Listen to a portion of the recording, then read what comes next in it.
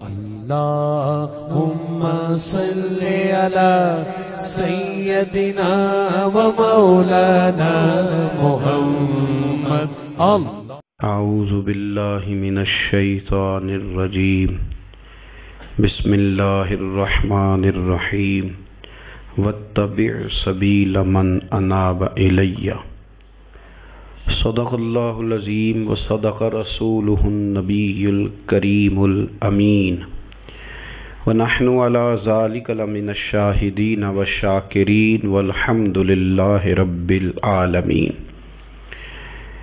ان اللہ وملائکتہ یصلون علی النبی یا ایہا الذین آمنوا صلوا علیہ وسلموا تسلیما.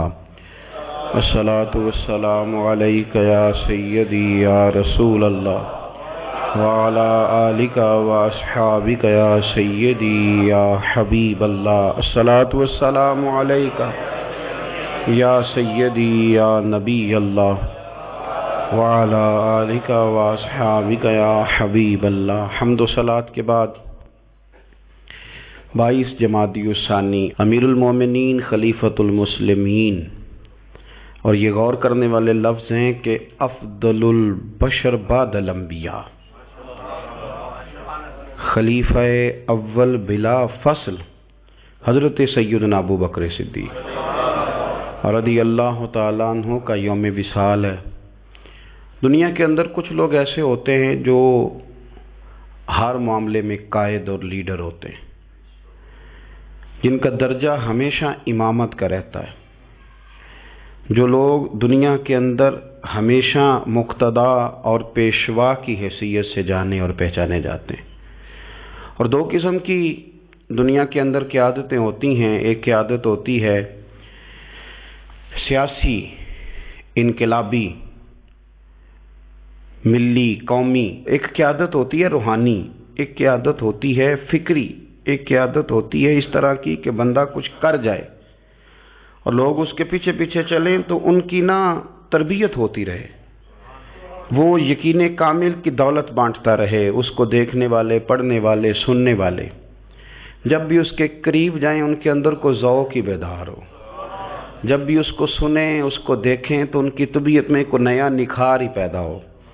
حضرت ابو بکر صدیق رضی اللہ تعالیٰ عنہ کی قیادت کا عجیب رنگ ہے کہ اگر ملی، قومی، عالمی قیادت والے ان کے پیچھے چلیں گے تو انہیں بھی بڑی خیرات ملے گی. وہ دلیر لیڈر، وہ دلیر رہنما کہ جنہوں نے منکرین زکوٰۃ کے معاملے میں اور عقیدہ ختم نبوت کے تحفظ کے لیے یہاں تک اعلان کر دیا کہ بھئی یہ کام میں ضرور کروں گا، چاہے میں مدینہ شریف میں اکیلا رہ جاؤں مدینہ منورہ میں، اور جنگل کے درندے آ کے میری بوٹیاں نوچ کے لے جائیں، تو پھر بھی قیادت چونکہ میرے ذمے ہے تو میں سب کچھ قربان کر کے بھی دین متین کا تحفظ کروں گا. یہ ہے ان کی وہ قیادت جس کے پیچھے پھر لوگ چلے. لیکن ایک تو یہ تاریخ ہے کہ ایک مضبوط اعصاب والے قائد، اور ایک تاریخ یہ ہے بڑے بڑے لوگوں کو دنیا میں وفادار کہا گیا، بڑے بڑے لوگوں کو عاشق کہا گیا، بڑے بڑے لوگوں کو کہا گیا کہ یہ فنا ہے اپنے محبوب کی محبت میں، بڑے بڑے لوگوں کو کہا گیا کہ ان سے بڑھ کے ادب والا کوئی نہیں. لیکن تاریخ لکھنے والے اور قوموں کے حالات قلم بند کرنے والے اور لوگوں کو ادب کا، عشق کا، وفا کا پیغام دینے والے جب بھی قلم اٹھاتے ہیں اور وفا کی وہ حد تک جانے لگتے ہیں تو انہیں سب سے پہلے جو نام نظر آتا ہے وہ حضرت ابو بکر صدیق کا ہے. وفا بھی ختم ہے، ادب بھی ختم ہے، عشق بھی ختم ہے. کوئی دنیا کی تاریخ جس میں ادب لکھا جائے گا وہ محتاج رہے گی کہ اسے خیرات صرف حضرت صدیق اکبر کے دروازے سے ملے گی. وفاداری ہو، ادب ہو، عشق ہو، جانثاری ہو. یہ لوگ بڑا کچھ دیکھ داکھ کے چلتے ہیں، لیکن اقبال جیسے لوگ کہنے لگے جس بندے نے ختم کر دی ہے بات ختم، بس کر دی کہ اس سے آگے ہماری کائنات ختم ہو جاتی ہے، بس وہ جناب صدیق اکبر کی ذات ہے. انہوں نے لوگوں کو بتایا کہ ہماری دنیا شروع بھی مدینے والے محبوب کے قدموں سے ہوتی ہے اور ختم بھی مدینے والے محبوب کے قدموں میں. صدیق کے لیے ہے خدا کا رسول اور بس، ختم ہو گئی بات. تو حضرت ابو بکر صدیق رضی اللہ تعالیٰ عنہ کی زندگی کو پڑھنا، ان کے احوال کو جاننا، ادب والے لوگوں کے لیے، عشق والے لوگوں کے لیے، اتباع والے لوگوں کے لیے، سید عالم میرے پیارے حبیب صلی اللہ علیہ وسلم کے نقش قدم چلنے والے لوگوں کے لیے بڑا ہی ضروری ہے. وہ جتنی دیر تک حضرت صدیق اکبر رضی اللہ تعالیٰ عنہ کو پڑھیں گے نہیں، سمجھیں گے نہیں، اتنی دیر تک پتہ نہیں چلے گا کہ حضور کا ادب کیسے کرنا ہے، حضور کی اتباع کیسے کرنی اور محبوب سے محبت کیسے کرنی. یہ ضروری کام ہے. قرآن مجید فرقان حمید میں اللہ کریم نے ارشاد فرمایا، سورہ لقمان کے اندر فرمایا وَاتَّبِعْ سَبِيلَ مَنْ أَنَابَ إِلَيَّ، فرمایا کہ اس کے رستے پہ چلو، اس کی راہ پہ چلو جو میری طرف رجوع لایا ہے، جس نے میری طرف رجوع کیا اس کے پیچھے چلو. علامہ سید محمود آلوسی رحمۃ اللہ علیہ صاحب تفسیر روح المعانی فرماتے ہیں کہ یہ آیت تب نازل ہوئی تھی جب جناب صدیق اکبر نے کلمہ پڑھا تھا. آدمی جس لیول کا ہوتا ہے اس کی دوستیاں بھی اسی طرح کی ہوتی ہیں، اور جب کوئی بڑا آدمی کسی دینی اسلامی روحانی زندگی کو اپناتا ہے تو اس کے پیچھے چلنے والے بھی وہ زندگی اپنا لیتے ہیں. اسی لیے کہا گیا کہ لوگ اپنے سرداروں کے مذہب پہ ہوتے ہیں. حضرت سیدنا ابو بکر صدیق رضی اللہ تعالیٰ عنہ نے کلمہ پڑھا تو صاحب تفسیر روح المعانی ارشاد فرماتے ہیں کہ یہ بڑے گہرے دوست تھے حضرت ابو بکر صدیق کے، جو تاجر تھے نا بڑے بڑے مکے کے، چونکہ جناب صدیق اکبر بھی تاجر تھے. جو تاجر سارے دوست تھے حضرت صدیق اکبر کے. کون کون؟ حضرت سیدنا عبد الرحمن ابن عوف رضی اللہ تعالیٰ عنہ، حضرت عثمان غنی رضی اللہ تعالیٰ عنہ، حضرت زبیر بن عوام رضی اللہ تعالیٰ عنہ، حضرت طلحہ بن عبید اللہ رضی اللہ تعالیٰ. یہ سارے لوگ حضرت صدیق اکبر رضی اللہ تعالیٰ عنہ کے دوست تھے. حضرت سعید بن زید رضی اللہ تعالیٰ عنہ، یہ سارے لوگ تاجر تھے. تو جب پتہ چلا نا کہ ایک بڑے تاجر نے حضرت ابو بکر صدیق رضی اللہ تعالیٰ عنہ نے کلمہ پڑھ لیا ہے تو یہ خبر جنگل کی آگ کی طرح پھیل گئی. ہر آدمی تک بات پہنچ گئی، ہر شخص نے اس بات کو سن لیا. اب وہ سارے لوگ تصدیق کرنے کے لیے کہ یار بڑا سیاںا بندہ ہے، بڑا سمجھدار آدمی ہے، تاجروں میں اس کا بڑا نام ہے، کاروباری لوگ اسے بڑے قریب سے جانتے ہیں، تو وہ تصدیق کرنے کے لیے سارے لوگ جناب صدیق اکبر کے پاس آئے. حضرت صدیق اکبر سے تصدیق اس طرح کی سنی، اس طرح کی تصدیق سنی، اس طرح کی تصدیق سنی کہ پھر سارے ہی مدینے والے محبوب کا کلمہ پڑھ گئے، حضور کا کلمہ پڑھ گئے. بس تصدیق کرنے آئے، تصدیق کرنے آئے حضور سے. اور نبی پاک صلی اللہ تعالیٰ تیریاں ویکھ کے اداواں تے میں مرید ہی ہو گئی.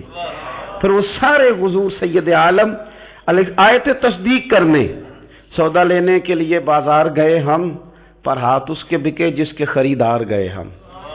تو وہ نا حضور کی غلامی میں آ گئے.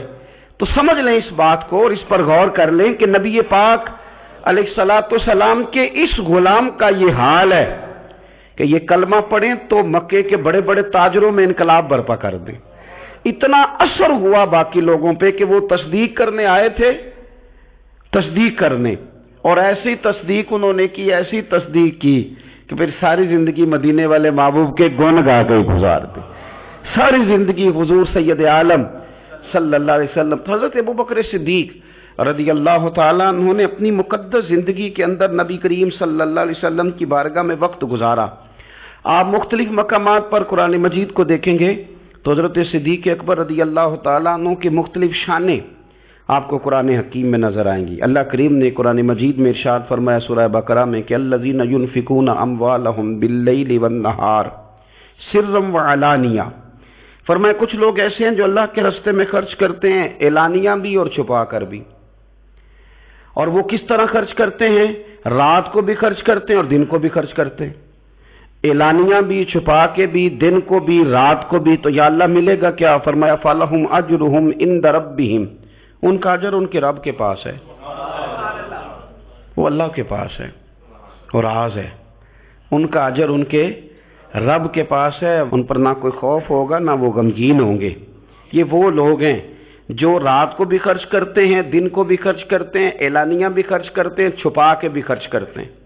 تفسیر روح المعانی ہی کو آپ دیکھ لیں تو علامہ سید محمود آلوسی اندلسی رحمۃ اللہ علیہ فرماتے ہیں کہ حضرت صدیق اکبر کا ایک دفعہ خرچ تو ہمیشہ کرتے رہتے تھے، ایک دفعہ ارادہ بن گیا، اس آیت کے شان نزول میں لکھتے ہیں ایک دفعہ ارادہ بن گیا کہ میں نے 40,000 دینار خرچ کرنے اللہ کی بارگاہ، اور کرنے اس طرح ہے کہ دن کو بھی خرچ کرنے، اور اگر کوئی آدمی رات کو لینا چاہے تو اسے یہ نہ محسوس ہو کہ یہ تو صرف اجالے میں دینے والے ہیں، اگر کوئی رات کی تنہائی میں لینے آئے گا تو اسے بھی دیں گے، خرچ کریں گے اللہ کے راستے میں۔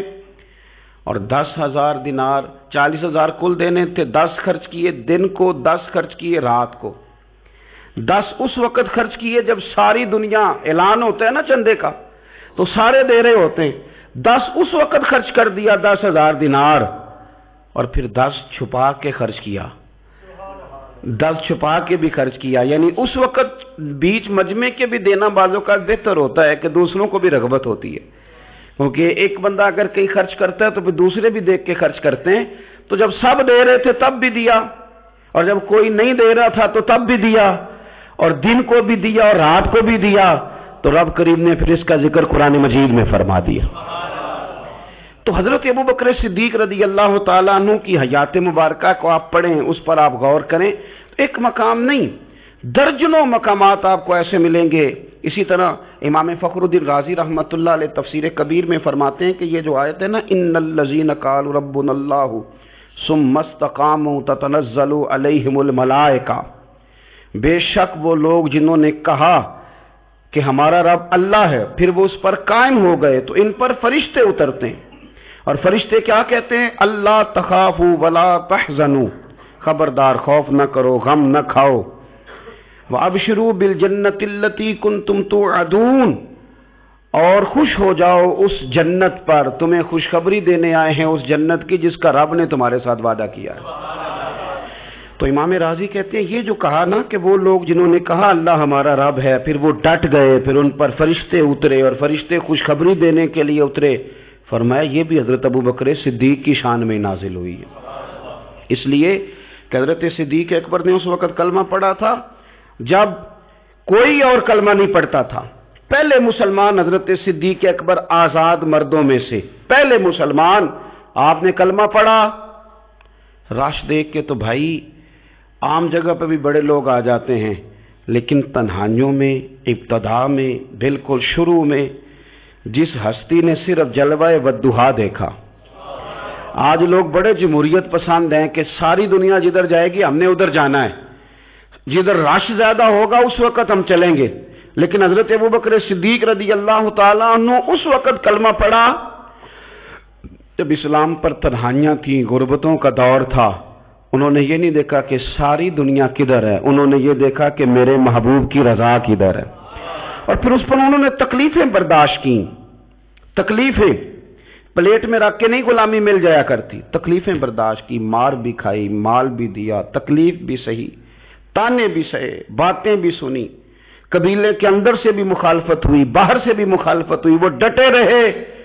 تو رب فرماتے جب یہ ڈٹ گئے نا تو پھر میں نے بھی ان کی مدد کے لیے فرشتے نازل کر دیے، پھر اللہ تبارک و تعالیٰ نے انہیں کوئی لاوارث نہیں چھوڑا، پھر ان کی مدد اللہ نے اپنے فضل سے فرمائی۔ تو حضرت صدیق اکبر رضی اللہ تعالیٰ عنہ کی مقدس حیات مبارکہ، اس پر بے شمار فضائل میں آپ کو احادیث ملیں گی، بے شمار آپ کو آیات بینات ملیں گی۔ سمجھنے کی چیز یہ ہے کہ ان کی زندگی کو دیکھا جائے، پڑھا جائے۔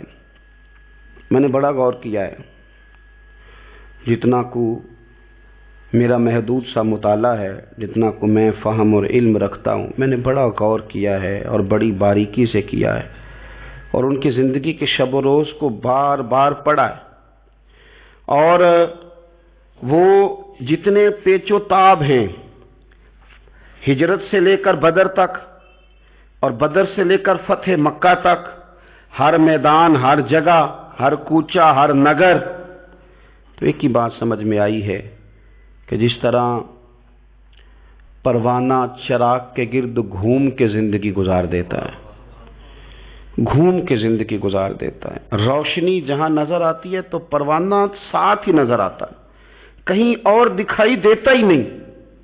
اسی طرح میرے پیارے حبیب نبی کریم صلی اللہ تعالی علیہ وسلم کی نبوت کی روشنی کے گرد جو پروانہ دیوانہ وار ہمیں نظر آتے ہیں، ان کا نام حضرت ابوبکر صدیق ہے۔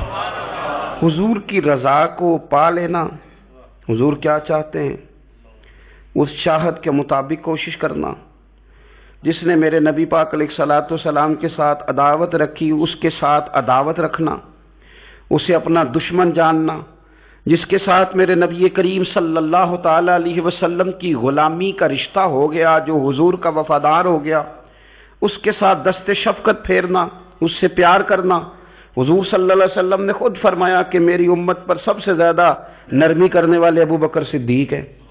اس کے ساتھ محبت کرنا، اس کے ساتھ پیار کرنا، اپنی ظاہری زندگی کو، اپنے وجود کو، اپنی خواہشات کو، اپنی اولاد کو، اپنے تعلق کو، سب کو پیچھے رکھ کے سب سے آگے اپنے محبوب کی ذات کو رکھنا۔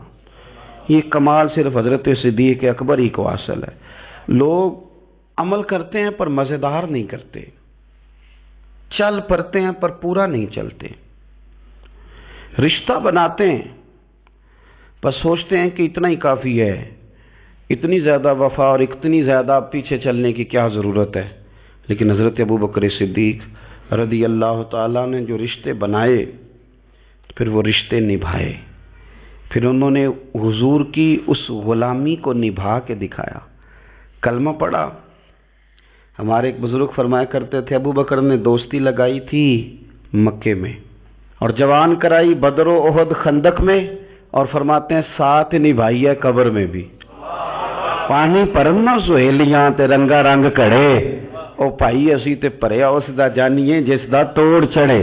اور بڑی احتیاط کے ساتھ، بڑی احتیاط کے ساتھ، بڑی احتیاط کے ساتھ، اگر انہوں نے کبھی مشورہ بھی دیا نا، ایک جنگ کے موقع پہ حضور نے مشورہ مانگا تو عرض کی حضور آپ جیسے حکم کریں گے ہم ویسے ہی حاضر ہیں۔ اگر کبھی مشورہ مانگا بھی تو انہوں نے بڑا محتاط ہو کے بڑے احتیاط سے، کوئی زیادہ رائے نہیں، اس لیے کہ جس سے پر اعتماد زیادہ ہوتا ہے اس کی ذمہ داری بھی زیادہ ہوتی، جس سے محبت زیادہ کی جاتی ہے اس کی ڈیوٹی بھی زیادہ ہوتی۔ سب سیاں رل پانی نو چلیاں، کوئی مڑ سی پر کے، تے جنہاں نے پر کے سر تے چایا او قدم رکھن ڈر ڈر کے۔ انہیں پتہ تھا مجھ پر اعتماد زیادہ ہے، تو ان کی ذمہ داریاں، اس کا انہیں احساس، وہ ہر جگہ۔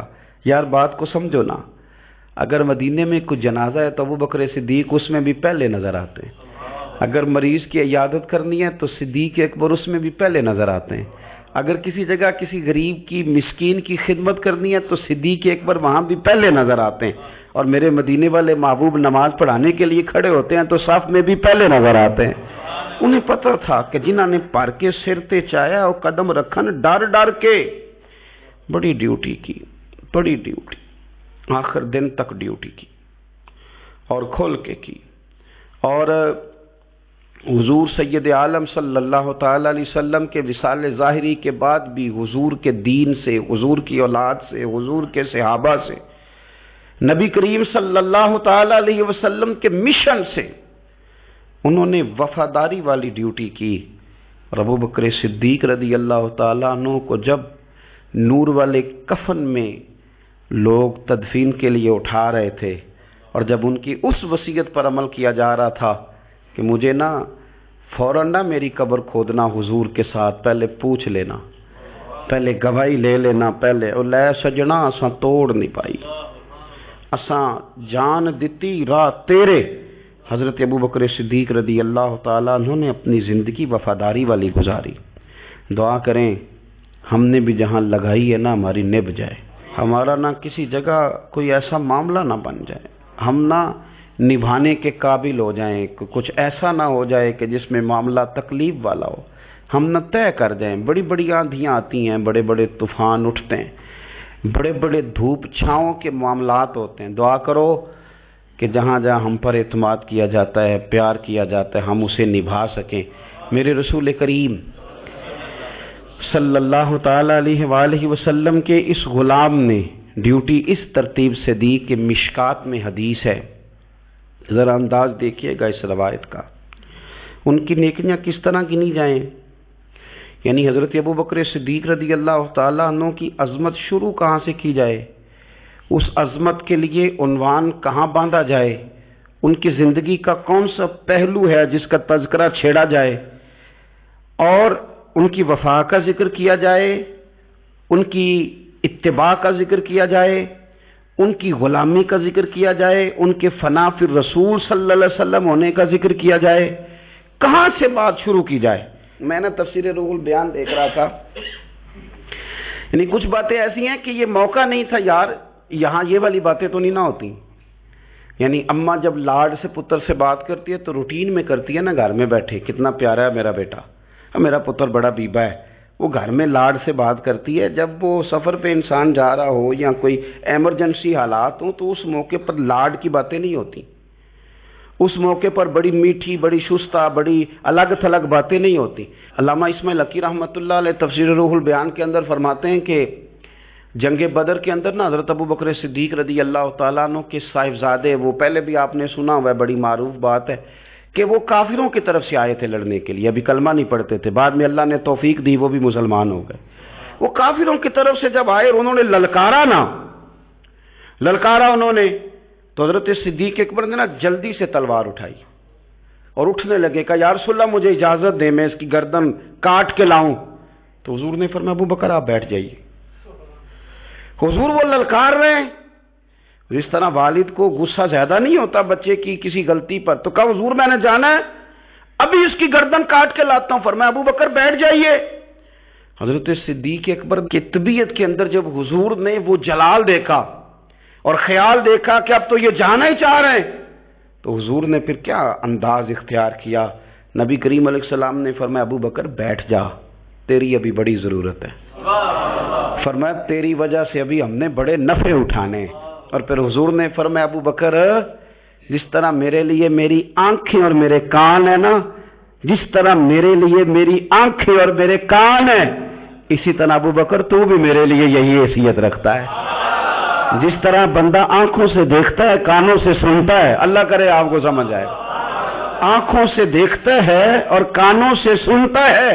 فرمایا ابو بکر تو میرے لیے اسی طرح ہی ہے، گویا میں تیری صورت میں ہی تو دنیا کو دیکھتا ہوں. تو عشق میں، پیار میں، وارفتگی میں جو اللہ تعالیٰ نے اعزاز انہیں عطا فرمایا وہ ہمیں سکھا گئے کہ حضور کی محبت میں جینا کیسا ہے، اس محبت کو نبھانا کیسے ہے، اور اس کے اندر تا دم آخری کس طرح کر کے وقت گزارنا ہے. بس شرط یہ ہے کہ سیکھیں، ان سے سیکھیں. جنہوں نے آج تک فیصلہ نہیں نہ کیا کہ وہ کیا ہیں، وہ دیندار ہیں کہ دنیا دار ہیں، وہ شہری تو ہو کے جینا چاہتے ہیں کہ دیہات کے کلچر میں بسنا چاہتے ہیں، وہ طریقت کے راہ کے مسافر ہیں کہ وہ کوئی سیاست. جنہوں نے آج تک فیصلہ نہیں نہ کیا تو جو فیصلہ نہیں کر سکے وہ نتیجہ کب حاصل کریں گے. ہم فیصلہ نہیں کر پاتے ساری زندگی، ہمیں پتہ ہی نہیں ہوتا دراصل ہم کیا ہیں.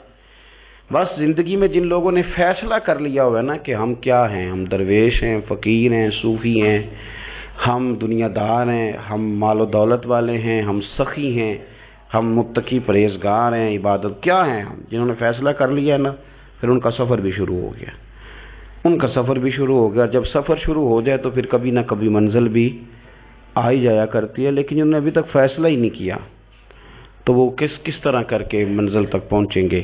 دعا یہ ہے کہ اللہ تعالی ہمیں حضرت ابو بکر صدیق رضی اللہ تعالیٰ عنہ کے طریقوں پر چلنے کی توفیق عطا فرمائے. اللہ ہمیں ان کے رستوں کا مسافر بنائے، ان کی وفاداری، ان کا عشق، ان کی غلامی کے اللہ ہمیں خیرات عطا فرمائے. آخر دعوانا ان الحمد للہ رب العالمین. اعوذ باللہ من الشیطان الرجیم. بسم اللہ الرحمن الرحیم. واتبع سبیل